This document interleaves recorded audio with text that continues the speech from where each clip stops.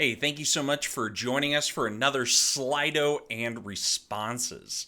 These are the questions that came from our June 4th message on Trinity Sunday. And on Trinity Sunday, I talked a lot about the creeds and why the creeds matter. And so we have some questions related to that. Number one, when and who wrote the creeds? Some of this has been lost to history. So we'll talk about that. And then all the other ones have been written by councils. Councils were these kind of big, long events where leaders in the church came together to hash out difficult questions, especially questions related to theology and who Jesus was and how all of that worked. So, when and who wrote the creeds?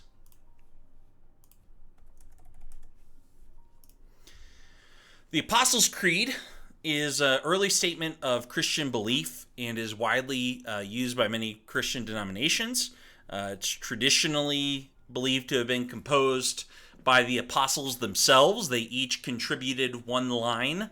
There's kind of 12 lines to it. In reality, it was probably developed between the 2nd and 5th centuries as a baptismal creed for Christians. So its authorship isn't widely confirmed. We have church history, we have a pious history, but not super solid there. But especially by about the 5th century, it become very regular. Okay, number 2, the Nicene Creed. The Nicene Creed was formulated at the First Council of Nicaea in 325 AD, primarily in response to the Arian controversy. The Arian controversy was, how is it that God could die? And so Jesus was probably pretty much only a human and not really God at all. The Nicene Creed was later modified at the Council of Constantinople in 381. That's the form that we widely use today.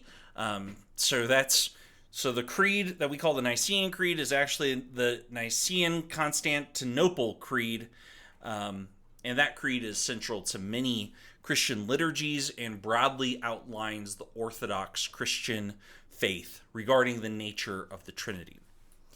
The Athanasian Creed, the one that we took some time to really dive into this last weekend, this is named after Saint Athanasius, a Christian theologian from the 4th century, but he probably didn't actually write it. The Athanasian Creed is believed to have been written in the 5th or 6th centuries and is known for its emphasis on the doctrine of the Trinity and the nature of Christ. So the Apostles' Creed, don't really know who wrote it. The Nicene Constantinople Creed, written by 2 kind of back-to-back councils. The Athanasian Creed, not entirely sure who wrote it. And number 4, the Chalcedonian definition. It's not a creed in like the traditional sense, but it's rather a doctrinal definition adopted at the Council of Chalcedon in 451 AD. It was developed to clarify the nature of Christ as being both fully divine and fully human. So another council there for you. So when and who wrote the creeds? That's kind of a really big overview. I encourage you to check out some resources online or to grab some books. If you're looking for any suggestions, just let me know. Okay. Next is, when you are talking or praying to God, are you always praying through the Holy Spirit, or do you ever pray specifically to one of the 3?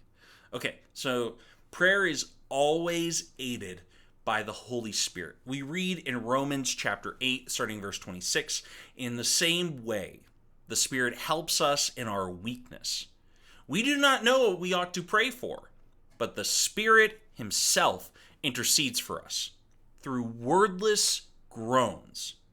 And he who searches our hearts knows the mind of the Spirit, because the Spirit intercedes for God's people in accordance with the will of God.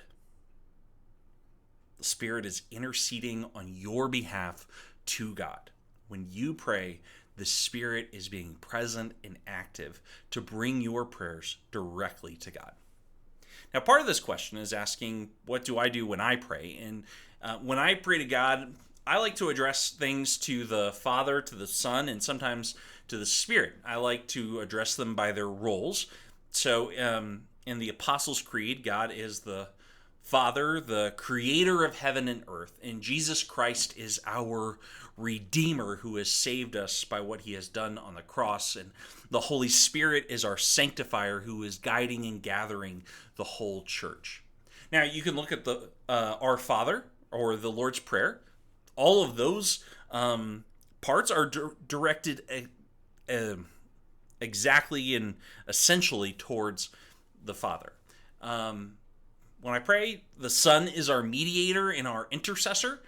He redeems us and he brings forgiveness. And so for those types of requests, I address it to him. And the Spirit is a great comforter and encourager. If you find that as you're praying, you're saying God, you're saying Jesus, you're saying Father, you're saying Spirit, you're just kind of all over the place and there's not actually like a rhyme or reason to it, like, don't worry. God knows better than you what you're asking and saying to him. So I think the important thing is that we are praying. And even if maybe we're a little theologically sloppy in our language, God can sort it out just fine. Some people argue that you shouldn't ever address the Spirit in prayer. I don't agree with that. Hey, thank you so much for joining us for these wonderful questions and responses. I look forward to seeing you next time.